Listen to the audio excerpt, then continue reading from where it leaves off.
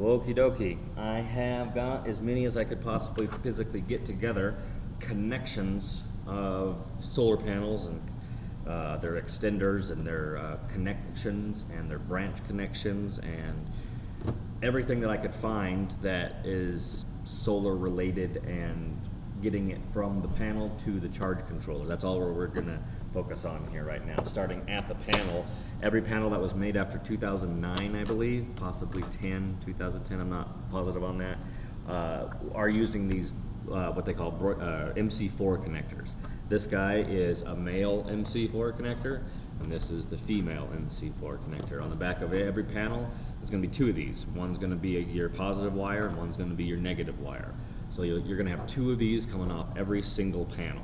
I'm going to do this just for demonstration purposes right now, but this is how they go together. They've got those little fins that have a little barb on them, and those little barbs actually catch on the inside of these when they go through, so that it's a much stronger, and you can't really pull them apart. You hear that click?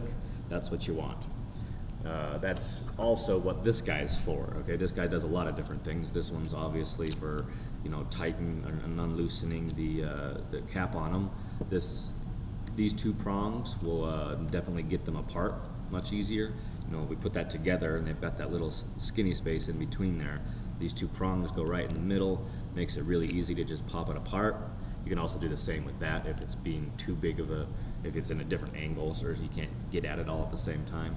But that's just a simple little tool. You can make one out of a corn on the cob poker. Just bend them out a little bit, and it'll do the same thing as this. I don't know what this costs. If you just bought it alone, probably not very much, but they come with other connectors and whatnot. So that is the MC4 connectors coming off the panels, and that's these connections right here. These two are MC4 connectors. From the panels, we got to get it to the charge controller. Now there's several options on this one. I've got some branch connectors here that I'm going to show you, but I'm going to start off with something I've never actually even used. These little things are pretty cool. Obviously it's got a female and a male. I've taken 3 screws off of this one just so I could show you the inside. But literally all it is it takes direct current from those solar panels, whatever voltage it is, and turns it into a usable this is a 1 amp and this is a 2 amp USB-A plug. So it just does it all right in this one little box. You don't even have to have an inverter or a charge controller. You can buy these boxes in different amp ratings. I believe this one's at 30, but they go all the way up to 100, I believe, and they're the same size of box. Obviously not something that you'd want to do permanent, but if you had one of these in your glove box and Armageddon hits, you now can plug into any solar panel out there directly with a USB. Throw that in your prepper bug out bag. I don't even know what they call this, to be honest with you. It's cuttingedgepower.com, and you'll find them there. I'm sure they got some sort of box that's like direct connect box to a solar panel or whatever, but that opens up a lot of doors when you give 2 different USB-A, one's 1 amp, one's 2 amp. Not the fastest in the world, but hell, this fits in your pocket. You take that to any panel out there that's made after 2010.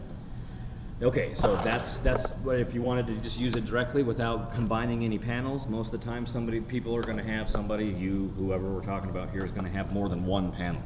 Okay, on my system, on my bus, I've only got 2 panels. So this is exactly what I use. This is what's called an MC4 branch connector, or sometimes called an MC4Y connector. They take panels and parallel wire them. So I have 2 panels. This is the female connector, and this would be the male connector for to connect 2 panels into parallel. So obviously, what you do is you take the 2 hot, and that combines it into 1 hot. You take the 2 neutral, and it combines it into 1 neutral, and that way you've only got 2 connections going through your roof, or only have to make 1 hole. Make all those combining connections on top of your roof, and that these are made to withstand hurricanes. That's why they changed the technology from old rubber bushings. The MC3 connectors, we rarely see them anymore. They look a lot like this, but they have like a round rubber bushing, and there's more of a twisting, kind of a screw action, And over time, they just found that rubber deteriorates, falls apart, and then there's nothing to protect it from the elements. So that's why they invented these guys. It's an all-in-one. Once you snap that in there, there's no, you have to have that tool to get it out. They did that on purpose. This isn't how they go together. I just wanted to demonstrate it one more time, how the hardcore connections, the metal is down inside of there. So there's not even any metal that you can see, and it only actually makes contact with each other right about there. And that's why you should take advantage of the technology being as weatherproof as it is, and do everything you can on the outside of your bus or RV or greenhouse or wherever you're doing. Wherever you're combining panels in parallel, that's what you want to usually do in off-grid anyway. And I know there'll be people out there that'll give me flack on that, but as long as you're staying under 5 or 6 panels, there's no reason to wire anything in series. When you wire panels in series, you're effectively creating a string of Christmas lights from 1985, where if one goes out, the entire string goes out. You've got an array of 6 panels that are wired in series, and one gets a little shade on this half. Every single panel is reduced to the output of that one panel. So if it got damaged and wasn't working at all, the whole system is shut down. That's why mobile off-grid especially, but usually always off-grid, definitely mobile off-grid, you want to run in parallel. It doesn't make any sense to not, because that way you get the independent voltage from each one of your panels, no matter what the other panels are doing. And these branch connectors or Y connectors, I showed you the 2. Obviously, we've got a 3 one here. Each bag comes with 2 of them. Obviously, 1 male, 1 female. But this would connect 3 panels in parallel. This one would connect 4 panels in parallel. This one would connect 5 panels in parallel. I don't have any other way of describing that. You get up to this 4 and 5 range, I would be wary of what the actual amp ratings of these things are, because with 5 panels, you could have, that could be upwards of 50 amps, and I'm not quite sure that these things are rated for 50 amps. These ones with the 4 and 5, I have to kind of believe that they're for like those novelty solar panels that are only 100, 150 watts, but if you start daisy chaining 5 residential sized 350 watt solar panels, this is pretty hardcore plastic, but I don't know if it's that hardcore. It'd probably start to melt. Okay, moving on. We've connected everything in parallel. We'll just assume that we're doing off-grid, mobile off-grid, and we'll talk about keeping everything in parallel. So from the roof, you've either got 2, 3, 4, 5, whatever panels. You shouldn't then have them combined from these. You should only have 2 wires that you need to get through your roof or wall or wherever to get into your cabinet or wherever your batteries are going to be. And there's a couple of different options to do that. You don't have to buy anything. You can literally just drill a hole in the freaking thing and stick your wires through and silicone it up and call it good if you want. If it's going to be somewhere where somebody can see it and you're a little bit more worried about that, or you're in a wetter climate, they've got this is just called a box, an MC4 combine. It's not a combiner box. That's a whole different thing. I don't even know what the technical. I don't know what they call this. This is the roof box, the roof entry box, I guess, is what you would say. So you've got 2 wires you should have coming off your parallel connections. You put one through, and this is how these work. These little connector guys. They actually have a technical name: waterproof adjustable cable gland. High quality plastic, waterproof adjustable cable gland. That's a Google search for you if you can't remember it. So how you do this is each one of these has got a hole. So you screw this in there. And those guys, actually don't screw it, just kind of pushes in there, because this is what's actually gonna. Wait, I did that backwards. Don't put it in that way, because then it won't work. This is actually going to, I was like, I knew that's screwed in there. What are the threads for? So that one screws into there just like that. And then this one will, no, we don't even need it on the back because it goes in there and tight on itself. Sometimes if they come all the way through, they'll have a connector to cinch it off in the back. But that's a rubber gasket on a rubber gasket back there. So there's 2 rubber connections. So one cable will go, oops, you want to put the cable through here first. I don't know if I actually have a bare-ended cable.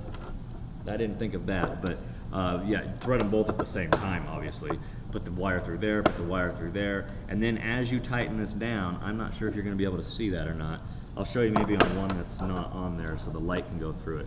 But what it is, why they call it a rubber gland, is because there's this is rubber and it's soft, and as you tighten this down on it, it actually closes that off. And I don't know if you're going to be able to see that. See if I can get it up and There we go.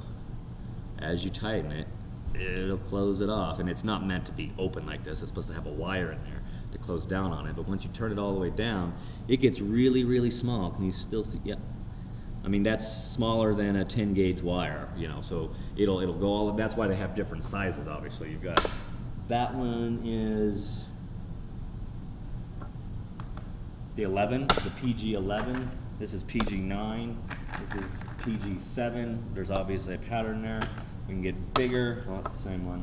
We can get bigger, all the way up to PG 19. Sounds like a movie rating, PG 19. But that's a pretty big cable. That would clamp down. I'd say that's a 6 at least, maybe even a 4. You could get through that. I don't know why you'd have a 4 gauge wire coming off your roof, but just an example of what is possible. And the options for those guys anyway. I mean, you don't have to get this guy. You could just get 2 of these if you wanted and drill a hole through down and do it that way. Where are those other bigger ones? I thought I had a... Oh, the gray ones are the ones that aren't designed to be moved or used with this, and they look, I mean, there's a lot of different options with that one too. There's all kinds of conduit looking things that you can get that tighten down and have rubber gaskets in between them all. This, I believe, this is kind of what you would want if you just didn't want to do the box. You wanted to just get something to run straight through your roof. I mean, that's one wire right there. Or, you know, depending on the size, you might fit 2. But this is designed to go straight through. This will come back up on the underside and clamp down onto that yellow rubber washer. This will come off all the way, and then you will put your wires through here and through here, obviously. Put your wires through both of them, put them back on there, tighten it down, and then that's literally all that you would see from the roof. You'd have wires coming into it, but then that's all you'd see. And I know you can get them in black, you can get them in white, I don't know how many other colors, but that's kind of an all-in-one type of deal, so you don't have to buy, you know, 2 of these and make sure you've got the box and whatnot. I know that they sell these as kits and they all come together. Oh, that's what happened. I had an extra one because that one's supposed to have it. There we go. Now I got my confusion figured out.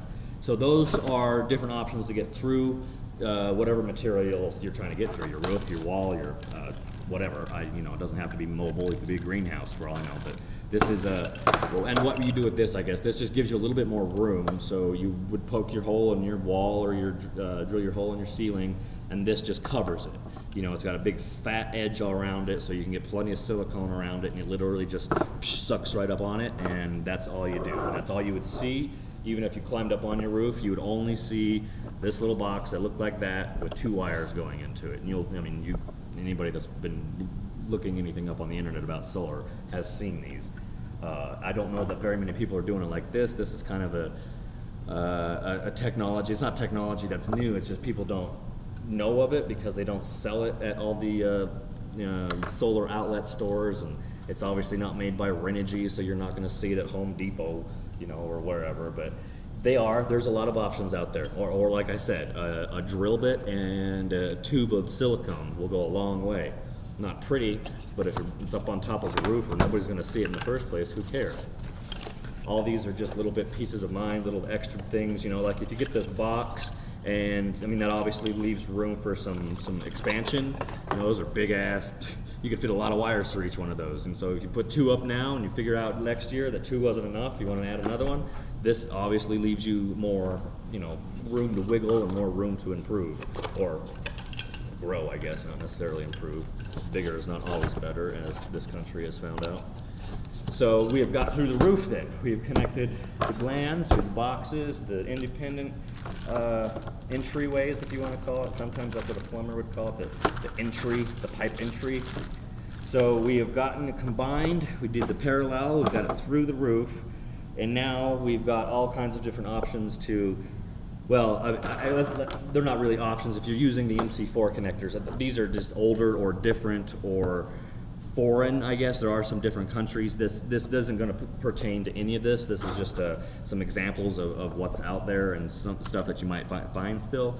This is the same thing that I had in my hand earlier, but when solar panels first kind of started coming into the consumer market, and it wasn't just the military and the government, everything was 12 volt, and a lot of it still is, and so they mirrored a lot of the technology, a lot of the components and whatnot off of automotive 12 volt systems, because they've been 12 volt this whole time.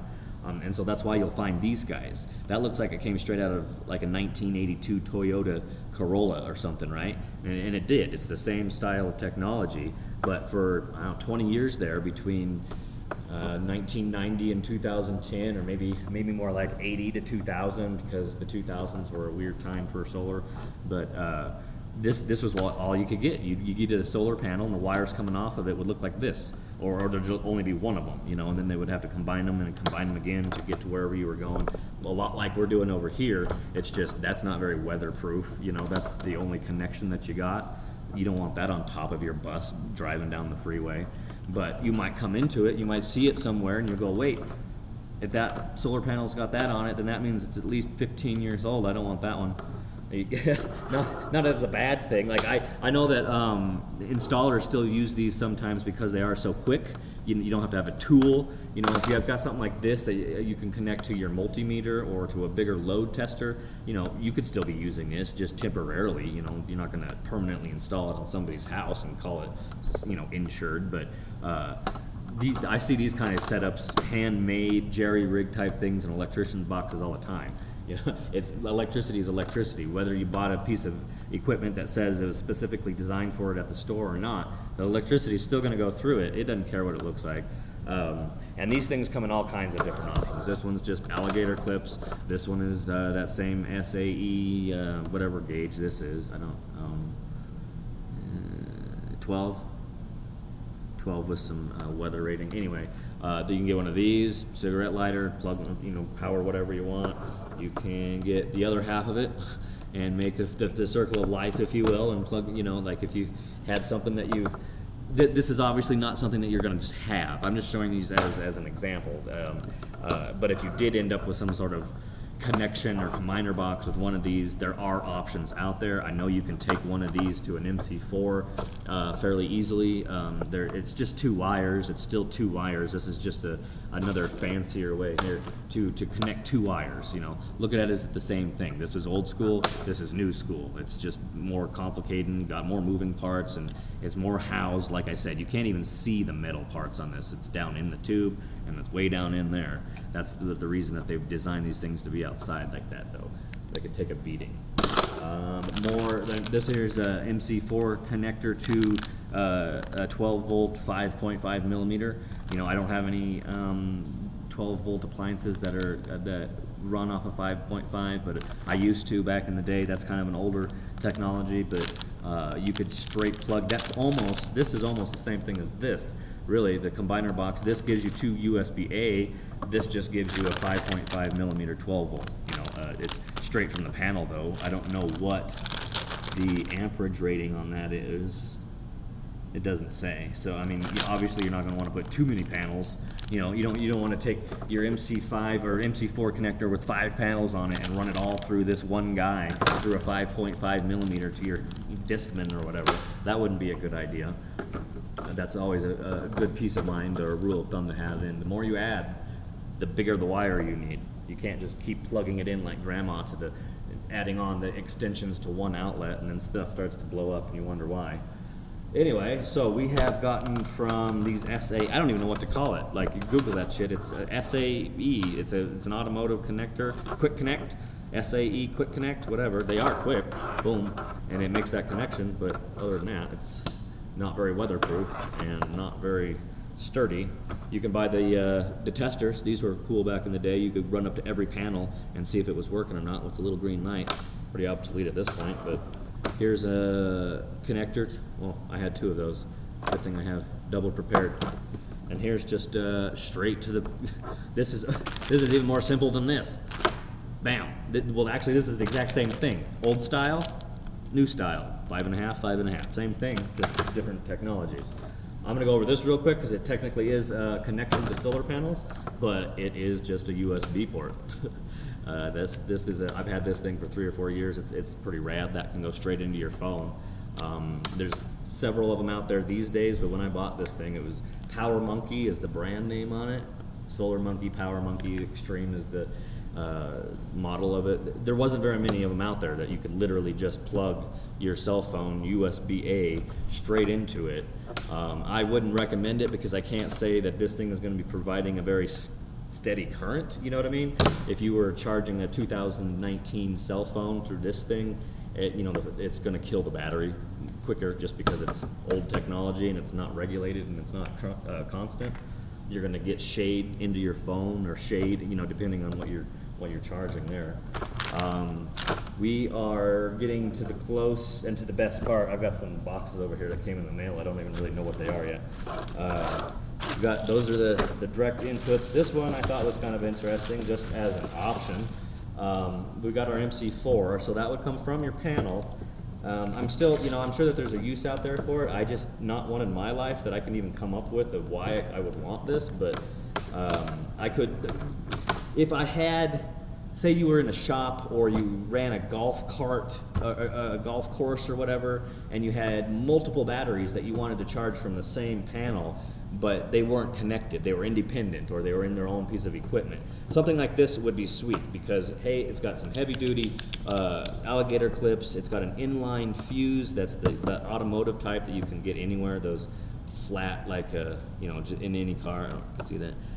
And change that, it's all built right into this, and then it just goes straight into MC4, so that could go into any panel. And this is some pretty that's at least 12, maybe that's at least 12.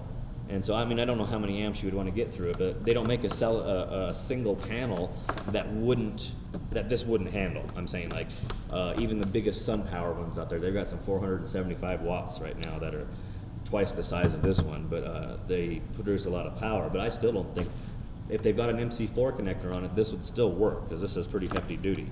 Now, like I said, I don't know, testing, monitoring, I guess, what one of these would be for, because you wouldn't certainly want to have these, even though they are pretty hardcore, you wouldn't want to leave that as your sole connection, right? Like, that's just not very safe. So that's an option. I don't know what this technically is called, a ring tray cable alligator. All right. Alligator clip tray cables. I don't know where that term came from. Tray cable is just a big wire. That's just a fancy way of saying a bigger wire, which is right here. This is what I would call an all-in-one kit. By the way, none of this is available on our website yet. We are revamping that and getting a whole section for the off